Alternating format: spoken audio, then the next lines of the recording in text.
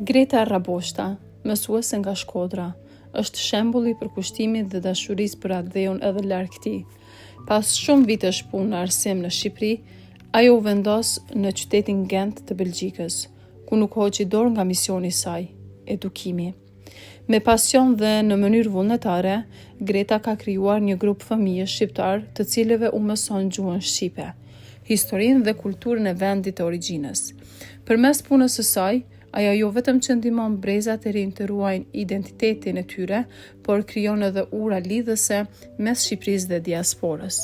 Greta është një zë i heshtur, por i fuqishëm i trashëgimisë sonë kombëtare në zemër të Evropës. Faleminderit shumë Nora që intervistova ajo, ndihem e privilegjuar. Çfarë ju motivoi të ndiqni rrugën e pedagogjisë dhe si ka evoluar ky pasion në Greta? Ka qenë ëndra ime që unë të jem një mësuese dhe kam punuar shumë për të realizuar ëndrat time. Mund të them Nora që është jo vetëm një profesion, është një mision. Një kënaqësi e jashtëzakonshme të isha ndër vite 11 vjet që unë kam dhënë mësim në Shqipëri, mësuesja kujdestare e të 12-ës A, klasa elitare, me nxënës elitar, të gjithë 100% të diplomuar në ëndrat e tyre dhe mësimi ka rrjedhë aq bukur, aq natyrshëm, kam qenë shumë e motivuar për të punuar, një kënaqësi e jashtëzakonshme, ajo që unë kam ditur të bëj më së miri. Si ka ndryshuar përvoja juaj si mësuese nga Shkodra në Gent? Shumë, 100%. Për momentin, mund të them që ëndra ime ka mbetur në sirtar, e shoh të vështirë të marr një master në gjuhën holandeze, por ndjeku një kurs opleiding që quhet për asistent dentiste. Shpresoj që ta çoj deri në fund, patjetër, kam më shumë pasion.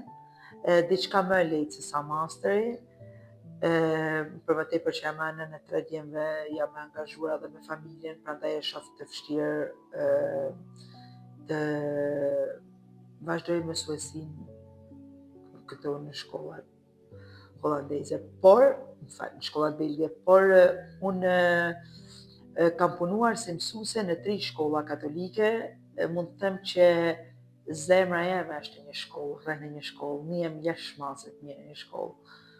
Por mendoj që në të ardhmen do të bëj diçka tjetër. Cilat kanë qenë sfidat më të mëdha që keni hasur gjatë procesit të ndërtimit?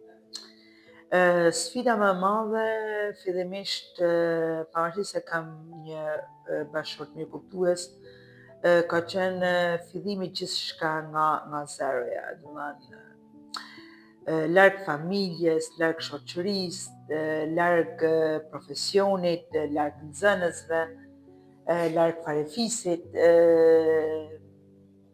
kultura të ndryshme, belgjit janë shumë të sjellshëm, por janë racional, janë pak të mbyllur, pak të ftohtë. Por ja kam dalë se shumë familje të tjera shqiptare, se shumë gra shqiptare të cilat janë të të bëjnë gjithçka. Kështu që fëmijët tashmë janë rritur, unë ndihem më e lehtësuar që ti kushtohem mësimit për veten time, të kualifikohem. Si e keni përjetuar ndryshimin kulturor dhe profesional në një vend të ri? Shumë e vështirë fillimi, prandaj ne kemi hapur bashkë me një miken time të ndjerë, Zuke Daudaj, një shoqatën Rozafa, për të bërë aktivitete, për të folur shqip, për të trajtuar tema të ndryshme, për të ngritur lart rolin e gruas shqiptare.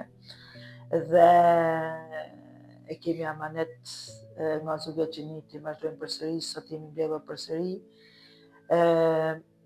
Shumë e rëndësishme që ne të jemi bashkë në një vend të huaj. Si shihni rolin tuaj në ruajtjen e gjuhës dhe kulturës shqiptare me fëmijët e diasporës? Tani unë jam mësuesja e gjuhës shqipe në shkollës shqipe Rozafa, kam një klasë modeste të vogël për me nxënës shumë të mirë, shumë të dashur, shumë të motivuar për të mësuar gjuhën shqipe. E bëj me shumë knatësi, ndihem shumë e privilegjuar që jam mësuesja e tyre. Ne i mësojmë këngë të ndryshme shqiptare, himnin, dhe ja kemi bërë që atë. Mendoj që ja kemi bërë që të gjithë bashkë të kontribuojmë në rrënjosjen e vlerave njerëzore, vlerave shqiptare, të gjuhës shqipe, është kam përshtypjen e shamanet më të pare që ne t'i rrënjosim gjuhën anëtare fëmijëve tanë. Në përgjithësi për gjithë shqiptarët, na tregon se si mund ta ruajnë identitetin e tyre kulturor, ndërsa përshtaten me një kulturë të vetë. Më së miri identiteti mendoj që ruhet duke i sjellë fëmijët në shkollën shqipe, duke mësuar jo vetëm gjuhën, duke mësuar historinë, duke mësuar vjersha, duke mësuar këngë,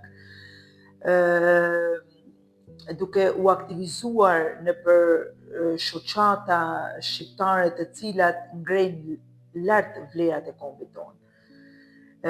Kjo mendoj, duke qenë ne të bashkuara, mendoj se është më së miri integrimi i popullatës shqiptare në Greqi.